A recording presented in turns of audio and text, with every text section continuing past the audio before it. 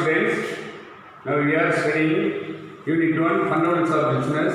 அதில் வந்து classification of business activities பார்த்தோம். லாஸ்ட் வீடியோஸில் தான் நம்ம பார்த்துருக்கோம். பிஸ்னஸ் கைண்ட்ஸ் ஆஃப் பிஸ்னஸ் சொல்லும்போது அந்த பேசிஸ் ஆக்டிவிட்டிஸ், அந்த பேசிஸ் சைஸ் எல்லாம் பார்த்தோம். இப்போ அந்த பேசிஸ் சைஸில் there are four. And the basis of size or scale of operations industries may be classified as follows.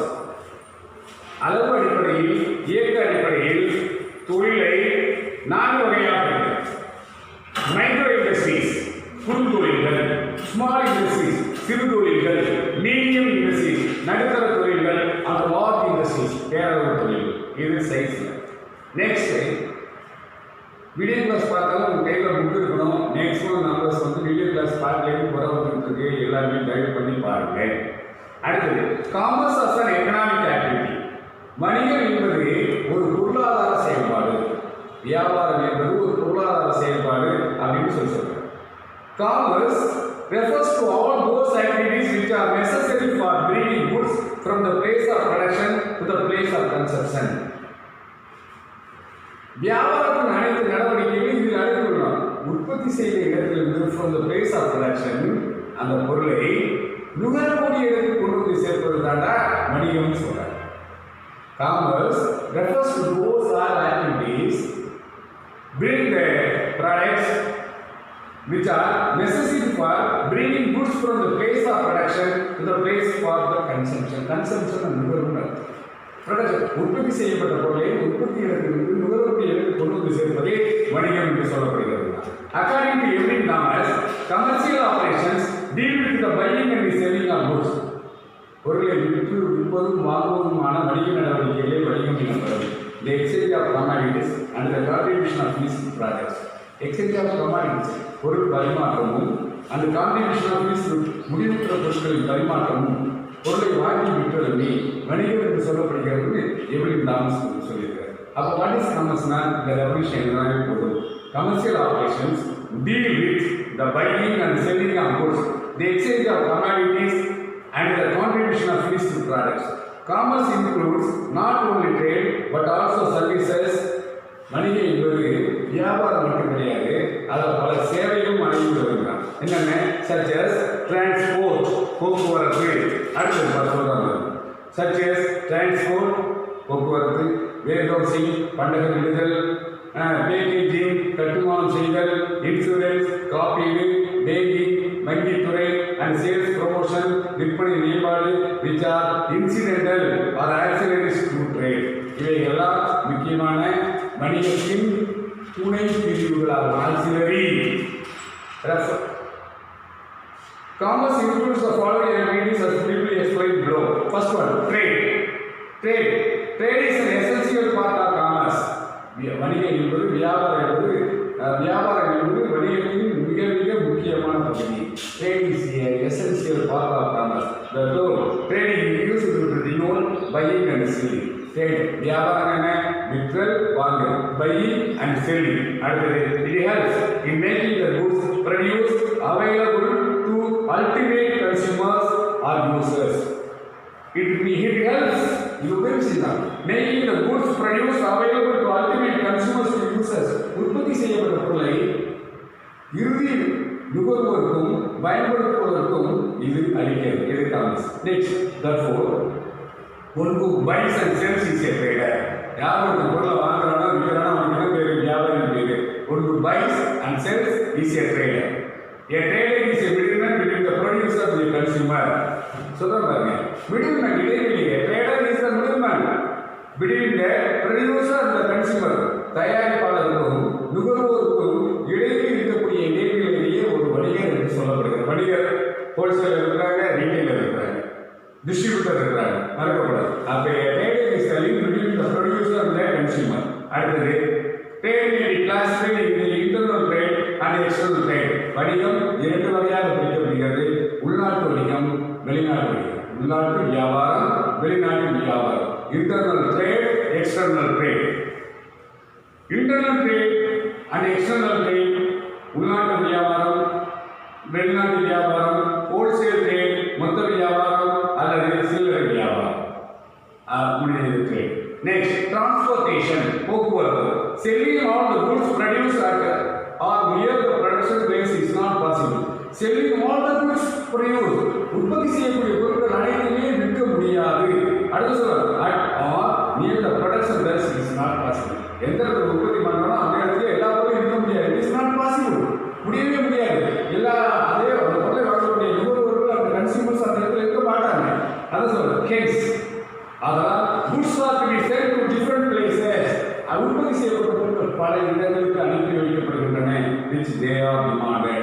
எந்த இடத்துல அந்த பொருட்களுக்கு தேவை இருக்கிறதோ which they are demanded. எந்த இடத்துல அந்த பொருட்களுக்கு தேவை இருக்கிறதோ அந்த இடத்துக்கு அந்த பொருட்கள் அனுப்பி வைக்கப்படுகின்றன.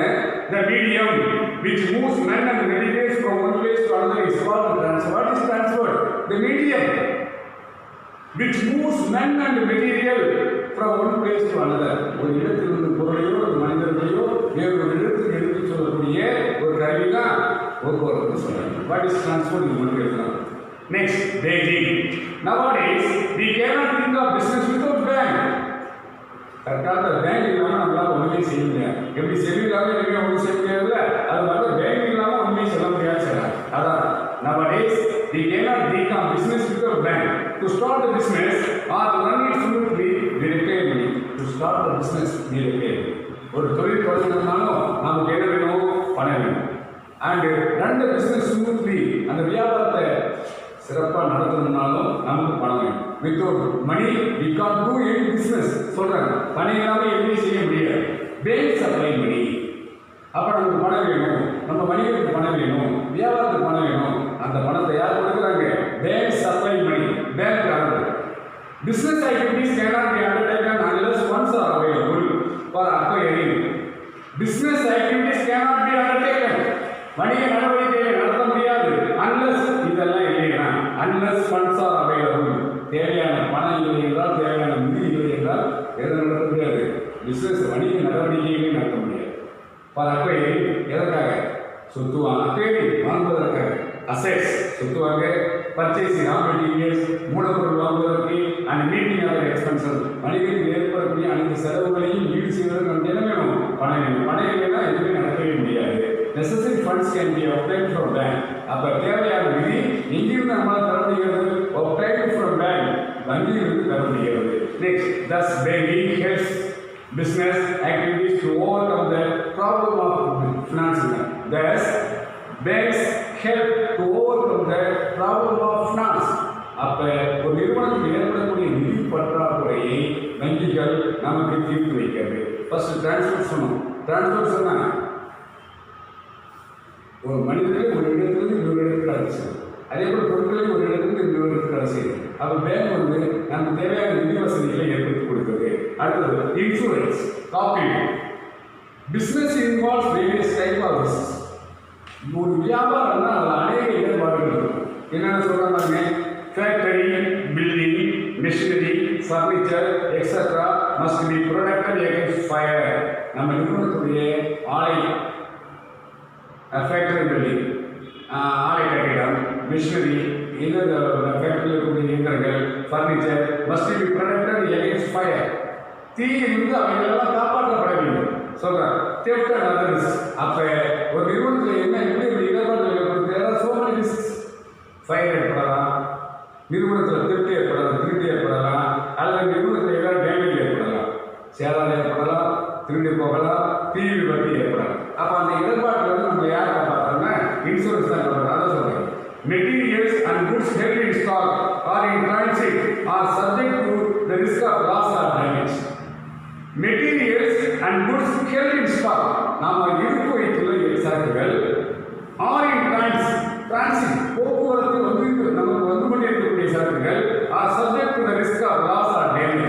வரக்கூடிய இடத்துல ஆக்சிடென்ட் ஆகி பொருள் சேதமாகலாம், லாஸ் ஆகலாம், அல்லது திடீர்னு பெரும் மழை பெய்யலாம், அப்போ பொருட்கள் சேதம் அடையலாம். அதான் லாஸ் ஆர் டேமேஜ் சொல்லிட்டு என்ன சொல்ற மாதிரி. Employees are also regulated to protected against the risk of accident.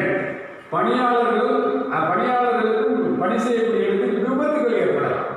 Accident, ஒரு கல்யாணம் எழுதி வேலை செஞ்சுட்டே இருக்கான், கீழே திடீர்னு கீழே விட்டு உடனே நினச்சிப்போம், செத்தே போயிடுவோம். அப்போ அவனுக்கும் பாதுகாப்பு அளிக்கப்பட வேண்டும். அப்போ என்ன சொல்கிறாங்க? Employees are also regulated to protected against தி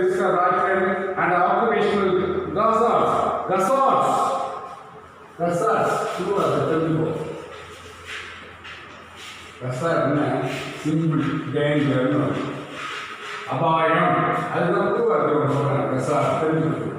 அப்போ என்ன சொல்கிறாங்க பாருங்க, employees are also regulated protect against the risk of accident and occupational pressures. அவர்களுக்கு பணி சார்ந்த ஆபத்துகள் இப்படியெல்லாம் ஏற்படலாம். Insurance provides protection in all such cases. இது மாதிரி விபத்துகள் ஏற்படுவதற்கு தேவையான நிவாரணத்தை காப்பீடு வழங்குகிறது. On payment of a nominal premium. காப்பீடு சும்மா கட்ட மாட்டாங்க, நம்ம கம்பெனி வந்து இன்சூர் பண்ணணும். அதான் சொல்றாங்க, on payment of a nominal premium. ஒரு குறைந்த அளவு காப்பீட்டு பிரீமியம் கட்டினா குறைந்த அளவு கம்பெனி செலுத்தணும். இந்த amount of loss or damage and compensation for injury if any can be received from the insurance company. அப்போ அந்த நிறுவனத்தை இன்சூரன்ஸ் பண்ணும்போது நம்ம கம்பெனியில் எந்த இடர்பாடுகள் ஏற்பட்டாலும் அந்த இடர்பாடுகளை களைவதற்கு, அந்த நட்டத்தை ஈடு செய்வதற்கு காப்பீட்டு நிறுவனத்தால் நமக்கு காம்பன்சேஷன் தரப்படும், நிவாரண தொகை தரப்படும், இன்சூரன்ஸ். அடுத்தது வேர்ஹவுஸ். வேர்ஹவுஸ் மீன்ஸ் பண்டக காப்பு. பண்டக நீங்கள் அதிக அளவு பொருட்களை வாங்கி வச்சிருக்கிறேன். இந்த பொருட்களுடைய உபயோகம் எப்போ இருக்குன்னா, இப்போ குளிர்காலத்தில் வாங்கி வச்சிருக்க அதனுடைய பயன்பாடு வந்து வெயில் காலத்தில் வரலாம். அல்ல வெயில் காலத்தில் வாங்கி வச்சிருக்க ஒரு கொடையெல்லாம் வச்சுக்கோ, அம்பர்லாஸ், அதெல்லாம் எப்போ பயன்படும்? மழை காலத்தில் தான் பயன்படும். அப்போ அது மாதிரியான பொருட்களை பாதுகாத்து வைக்கணும்னா நமக்கு என்ன வேணும்? பண்டக காப்பு வேணும். அந்த பண்டக காப்புக்கு பப்ளிக் வேர்ஹவுஸ் இருக்குது, பிரைவேட் வேர்ஹவுசஸ் இருக்குது. அதுதான் என்ன சொல்கிறேன், வேர்ஹவுசிங், பண்டகம் இடுதல். Usually goods are not sold or consumed immediately after production.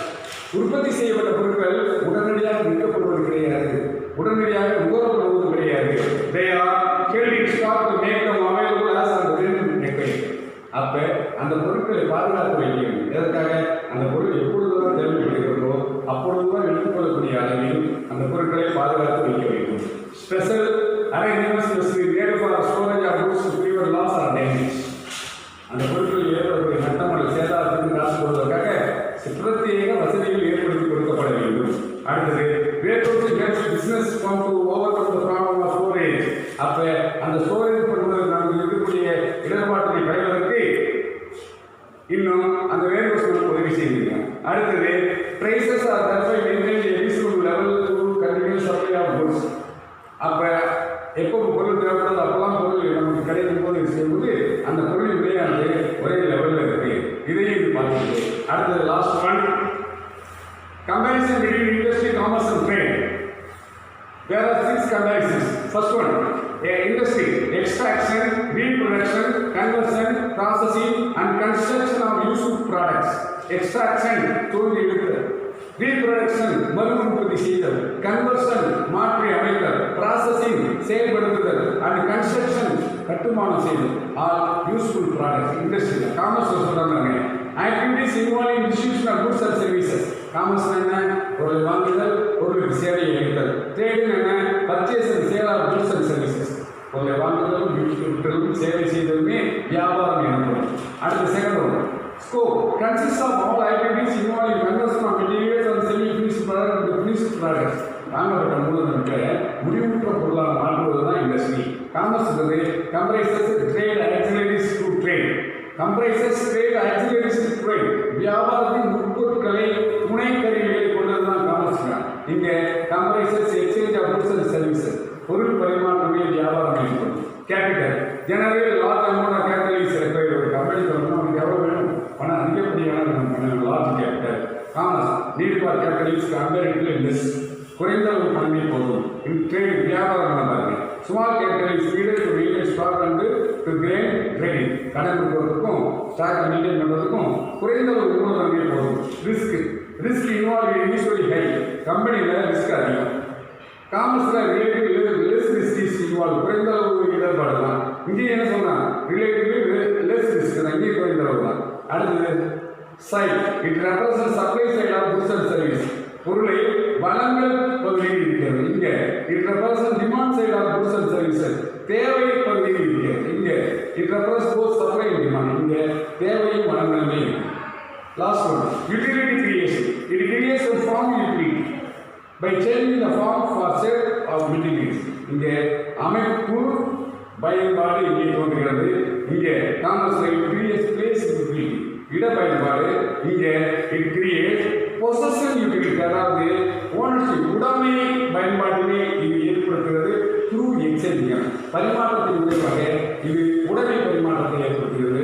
Can you student